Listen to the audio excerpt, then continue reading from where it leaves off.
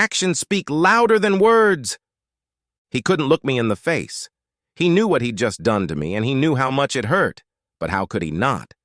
My best friend since 3rd grade, best man at my wedding, Brandon knew me inside and out.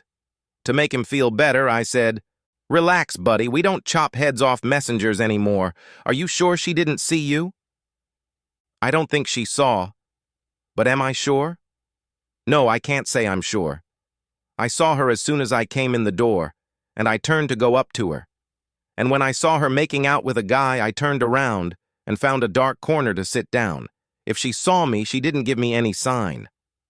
My best friend just told me that my wife is cheating on me. He called me at work and asked me to meet him for a drink after work.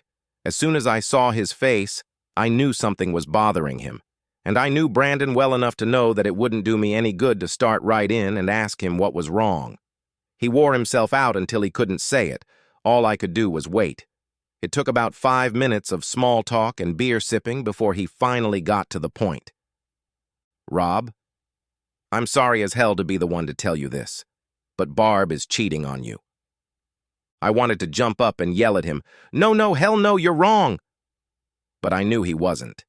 He had known Barb as long as I had, so it was unlikely he could have seen someone else and mistaken her for Barb. I asked him how he knew, and he told me the story. He went on a blind date as a favor to his sister, and, not surprisingly, at least to him, the date turned out to be a disaster. He dropped the girl off at her apartment and decided he needed something stronger to drink. He was in an unfamiliar part of town, so he decided to go to the first bar he could find. He walked through the door of the establishment and saw Barb leaving the dance floor with some guy. They walked over to a booth along the wall, and just before they sat down, he saw Barb kiss the guy passionately. Surprised, he found a place to sit and watch, and for the next hour he watched Barb and the guy drink, dance, and kiss in the booth. When they danced, they were both pressed up against each other and the guy's hands were all over her. When they got up to leave, he gave them a moment and then got up and followed them out of the bar. He watched them get into the back seat of the car, and after a minute, Barb's head was out of sight and the guy rested his head on the back of the seat. Brandon didn't try to get close enough to look into the car, but he was sure Barb was making love to him. After about 3 minutes, her head came up and they moved. Then Barb disappeared from view again, and a few seconds later her legs rose into the air. At that point, he pulled out of the parking lot and headed home. He relived what he knew for 2 weeks, not wanting to tell me until he finally couldn't hold back any longer. On the way home, I thought about the night Brandon said it happened. I remembered that I was in Baltimore solving a production problem. I called Barb at noon to talk to her, and she told me she was going out for drinks with the girls after work, so I wouldn't worry if I called and she didn't answer. I wondered if she did that every time, something Brandon had seen me do when I left town. If that was the case, she did it at least twice a month. It just didn't make sense to me. I saw absolutely nothing in Barb's attitude toward me that indicated dissatisfaction or loss of affection. We had been married for 10 years, and I thought it was a good marriage, but apparently I was wrong. One thing I knew for sure: I would figure it out. The first thing I had to do was figure out for myself what was going on. I couldn't tell Barb about what Brandon had seen, because that would just degenerate into a shouting match interspersed with things like, "I'm your wife. Who the hell are you going to believe, him or me?" Frankly, I was going to believe Brandon. He had no reason to lie to me, unlike Barb. If for some strange reason Brandon had lied to me, it would be easy enough to find out. I'd give Barb more rope to hang herself with, and if she didn't, I'd take a closer look at Brandon. I was supposed to make an inspection trip to our plant in Enniston, but I changed my schedule so Gary could make the trip. I arranged with my boss to take a week's vacation and explained the reason so he could properly answer any calls Barb might make to the office. I then enlisted Gary's help.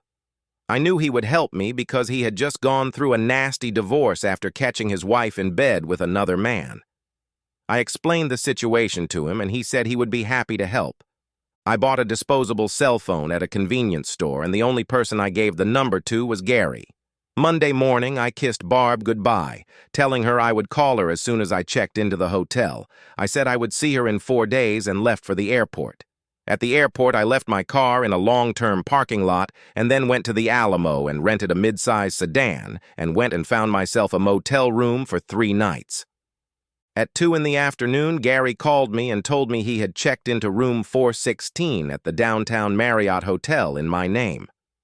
I parked further down the street from where Barb worked as she was finishing up work that evening and followed her. She headed straight home. I gave her an hour and then called her on my regular cell phone and told her where I was staying. If you call me and a strange man answers, don't hang up. There's been a mix-up with our reservation. There's some sort of convention going on in town, and there weren't enough rooms. So Gary Williams and I are sharing a room. I'll get back to you tomorrow. Love you, honey. Bye. I sat on the block until 10:15, and when she still hadn't left the house by then, I headed for my motel. I called her at noon the next day and reminded her that Wednesday was trash collection day and to remember to put the trash cans out on the curb. I'm having dinner with the CEO and production managers tonight, so if it's late, I probably won't call and wake you up. If you don't hear from me by 9, don't wait up. I love you too. Bye-bye. I followed her again that night and she went straight home and never came out again. I began to wonder if I was jumping to conclusions when I thought she was using my trips out of town to cheat on me. I only had one night before I was supposedly supposed to go home, and she went home and stayed home every night I watched. I didn't call her the next day at lunch, and at 5:30 I got a call from Gary saying Barb had called and left a message for me at the front desk. I called her on the disposable phone to see what she wanted. Just wanted to let you know that I'm staying with the girls tonight after work and will probably be home late. I didn't want you to worry if you called and didn't get an answer. Be careful, honey. Take a cab home if you drink too much. I'll be home tomorrow and we can pick up your car. That's why I love you, baby, for always thinking of me and my well-being. I love you. I love you too. I'll see you tomorrow. Bye-bye. When she got home from work, I followed her. She drove to the other side of town and stopped at the same bar where Brandon had seen her. I had never been to the bar and didn't know its location, and I didn't want Barb to know I was following her, so I moved my car to where I could follow her car in a way that she wouldn't notice me. I knew many of the girls Barb worked with, and while I sat watching the doors, I didn't see even one of them show up. Just after dark, Barb came out, got into her car, and started it. I prepared to follow her, but all she did was pull the car to the back of the parking lot and parked it in the darkest corner. She turned off the lights and just sat there. About 5 minutes later, a couple guys came out, walked over to the car and stood there for a few minutes talking, and then one man got in his car and drove off. The second man stood and watched until the car was out of sight and then turned and headed to the far end of the parking lot where he got into Barb's car. He and Barb slid toward each other and began kissing. After about 5 minutes of hugging, they both got out of the car, and I expected to see them walk back to the bar, but what they did was get in the back seat of Barb's car. I know it sounds stupid, but up until that moment, I had been telling myself that Brandon had gotten it all wrong, that Barb loved me and wouldn't cheat on me. I was convinced that there was a reasonable explanation for everything, but the fact that she deliberately climbed into the back seat pushed the denial right out of my head and heart. They started kissing again, and Barb slowly slid down until I could no longer see her. I could see the man looking down at her, and even though I already knew everything I needed to know, I had some perverse need to actually see what Barb was doing. It wasn't enough for me to just know that Barb was making love to this guy. I had to see. I got out of my car and headed toward Barb's car, trying to keep my distance so that the man wouldn't notice me approaching them. As I got closer to them, I heard Barb moaning. I stood up so I could see what was going on in the car. Barb was naked below the waist and making love to him. When it was over, at which point I started clapping my hands and yelling, "Bravo, bravo, great performance, wonderful first act." Barb looked up, saw me, and her face lost all its color. I'd heard of faces turning pale, but this was the first time I'd ever seen it. Great show, guys. I wish I could stay for the second act, but I have some pressing personal business to take care of. Barb was trying to get out from under the man when I turned and walked back to my rental car. I was just pulling away from my parking spot when Barb finally managed to get out of her car and ran up to me. She motioned for me to wait as I slowed down. I pulled out of the parking lot and headed back to the motel. The next morning I drove to the airport, turned it in my rental car and picked up mine from the long-term parking lot. I stopped by the office and Marcia, our receptionist, told me that Barb had called a half-dozen times and said it was very important that I call her at work as soon as I got the messages. I thanked her, went to my office, called the company attorney and asked him to recommend a good divorce attorney, and then called the number he gave me. Fortunately, the attorney was able to see me the same day, and I made an appointment. I then did everything I felt I needed to do to cover my ass. I canceled all joint credit cards, called the local newspapers, and placed a notice in the legal department that I was no longer responsible for any debts incurred by Barbara Ann Mercer, née Barnum. I went to the bank and took half of my checks and savings and withdrew my name from all accounts, leaving them in Barb's name only. That afternoon, I received some bad news that day. We were living in an impecunious marriage, so everything was split in half. It didn't matter to me, so I told him to go ahead and prosecute. He told me he could file the next day, and I asked him about the restraining order keeping Barb away from me and the house. He said a restraining order is hard to get without a very good reason to get one, and so I lied. I told him that Barb and her lover had threatened to kill me when I caught them, and I was afraid they would try to finish me off to get insurance on my life. Good, he said. A threat like that might speed up the case. But you'll have to prove it when we have the hearing or it'll be overturned. That's fine. As soon as I move out of the house, I'll waive it, and we won't even have to have a hearing on it. How soon can that be done? I can be at the courthouse when it opens, and if you're willing to spend $200 to expedite the process, she'll have the paperwork by 3 o'clock this afternoon. Okay, do it. I arranged for him to call me as soon as Barb was notified and then went back to the office. Marcia was gone for the day, but she had left 7 messages on my desk, all from Barb, and all asking me to call her as soon as possible.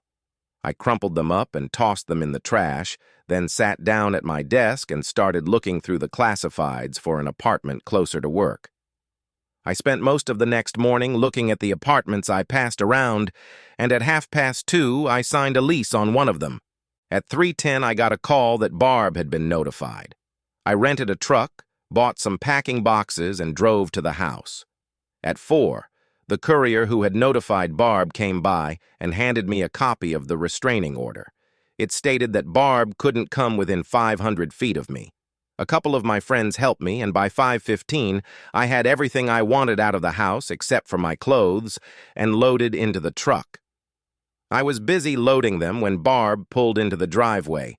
She got out of the car and headed toward me, and I yelled at her to get back in her car and get away from the house before I called the police on her for violating the restraining order. This is stupid, Rob. We need to talk. No, we're not going to talk. Actions speak louder than words, and I've seen you in action. Now go away. Not until we talk. All right, Barb, I gave you a chance. I pulled out my cell phone and turned on the preset to call the police, then went into the house and locked the door. Barb was pounding on the door, demanding to be let in, when a police car pulled up to the driveway. I went outside and gave them my copy of the restraining order. They read it, and then told Barb that she needed to move at least 500 feet away from the house. She protested, saying that it was her house too, and she had just as much right to be there as I did. Eventually, the officer told her to get out, or he would take her to the station. I stood there hoping she would continue to argue with him and he would take her away, but Barb had a sudden attack of smarts. She got into her car and drove to the end of the block. I thanked the officer for his quick arrival and then finished loading the truck and left the house. After first making sure Barb wasn't trying to follow me, I drove to my new apartment and started settling in. I spent the weekend getting comfortable and then went back to work on Monday. I hadn't been at my desk 2 minutes when Marcia poked her head through my office door and told me Barb was online too. I really didn't want to talk to her, but I was being unfair to Marcia by making her take all the calls and putting off talking to Barb, so I picked up the phone. Yes? Robbie, please talk to me. I don't have anything to say to you, Barb, but I need to talk to you. Go ahead. I'm listening. I can't do it over the phone. Rob, people keep coming into the office. Come home, Rob. Please, just come home. I'll make dinner and we can sit and talk. No, thanks. I don't have a home and I don't see any reason to come back to your place. Okay, pick a place and I'll meet you there. But please, Rob, I need to talk to you. I really don't want to talk because it would be a waste of my time, but you can drop by my office when you're done with work. Everyone should be gone by then. I'll give you 15 minutes and that's it. She showed up at 10 to 6. When she entered my office, I pointed to a chair and said, "Okay, Barb, what do you want?" "This is what I don't want, Rob. I don't want a divorce. I didn't want a wife who picks up guys in bars and makes love to them in the back seats of parking lots, but I have one anyway. I'm sorry you saw that, Rob, but even so, it shouldn't be the reason for our divorce. You can't be serious about this. You sleep with other men and I'm supposed to be okay with that? It's not other men, Rob. There's only one. I dated Jeff before I met you. I ran into him on one of my nights out with the girls from work. I've been dating him for about 3 months. What, you knew him before you met me and that's why it's okay? Rob, I've been dating him for about 3 months. Have you noticed any lack of affection for you during that period? Have I been less loving than I have been throughout our marriage? I love you, Rob, and I don't love Jeff. My meeting Jeff cost you nothing, Rob. Nothing at all. I only see him when you're out of town. I've never come to see you after I've been with him. Then I guess that's okay then. What I'm trying to get across to you is that my seeing Jeff hasn't hurt us in any way. I'm not disrespecting you by coming to you just now from Jeff. I'm not sneaking up behind your back to see him when you're home. The point is, Rob, you're my man. I love you, honey, and you're the only one I want to grow old with. I'm sorry, Barb, but I don't see things the way you do. You say you don't disrespect me, but I say you showed me extreme disrespect when you cheated on me with another man. I can't accept that. I can't equate your statements that you love me, want to grow old with me, and that I'm your man with the fact that you're making love to some other guy. It's just not computable. If I was really your man, you wouldn't be sleeping with Jeff at all. And I don't buy that you're with Jeff simply because you dated him before you met me. If that were the case, I'd have to accept that sooner or later you'd have slept with half a dozen other guys you made love to before you met me. God, Rob, I would never do that to you.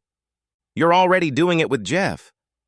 Rob, I made love to Jeff because he's fantastic. Oh, really, I think that explains everything and makes it all right. Look, baby, I love you and I never wanted to hurt you. I don't want to cause it now, but I have to be honest here if I want any chance of saving my marriage. I make love to Jeff because he gives me something you don't have.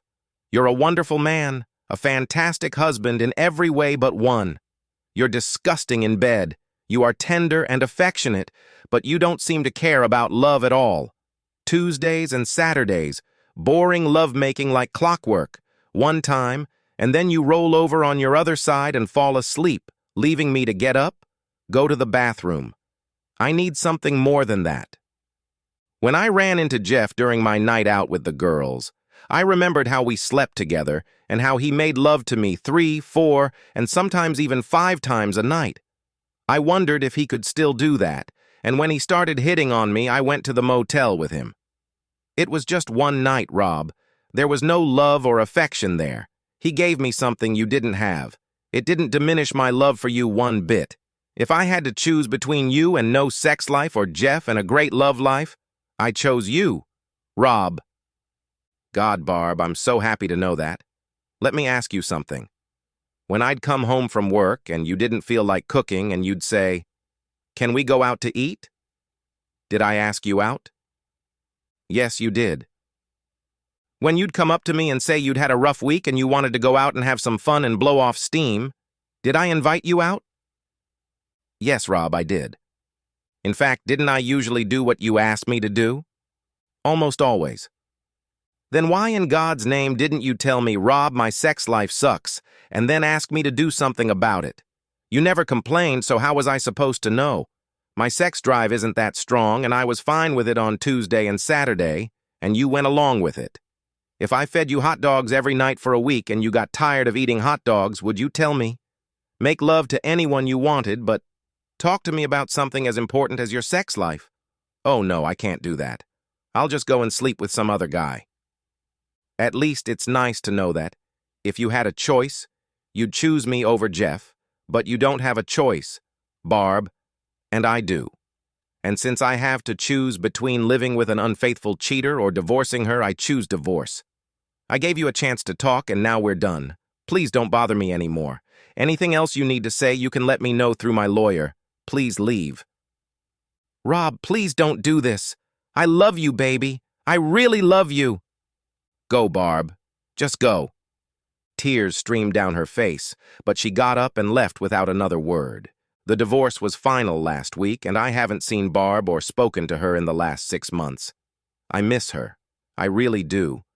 I still love her and assume I always will. If I had just started my car and driven away when I saw her getting into the back seat of her car with Jeff, and then told her about it when she got home, we might have been able to work things out. But I didn't leave, and there was no way I could have stayed with her after watching what she was doing in the back seat. The end.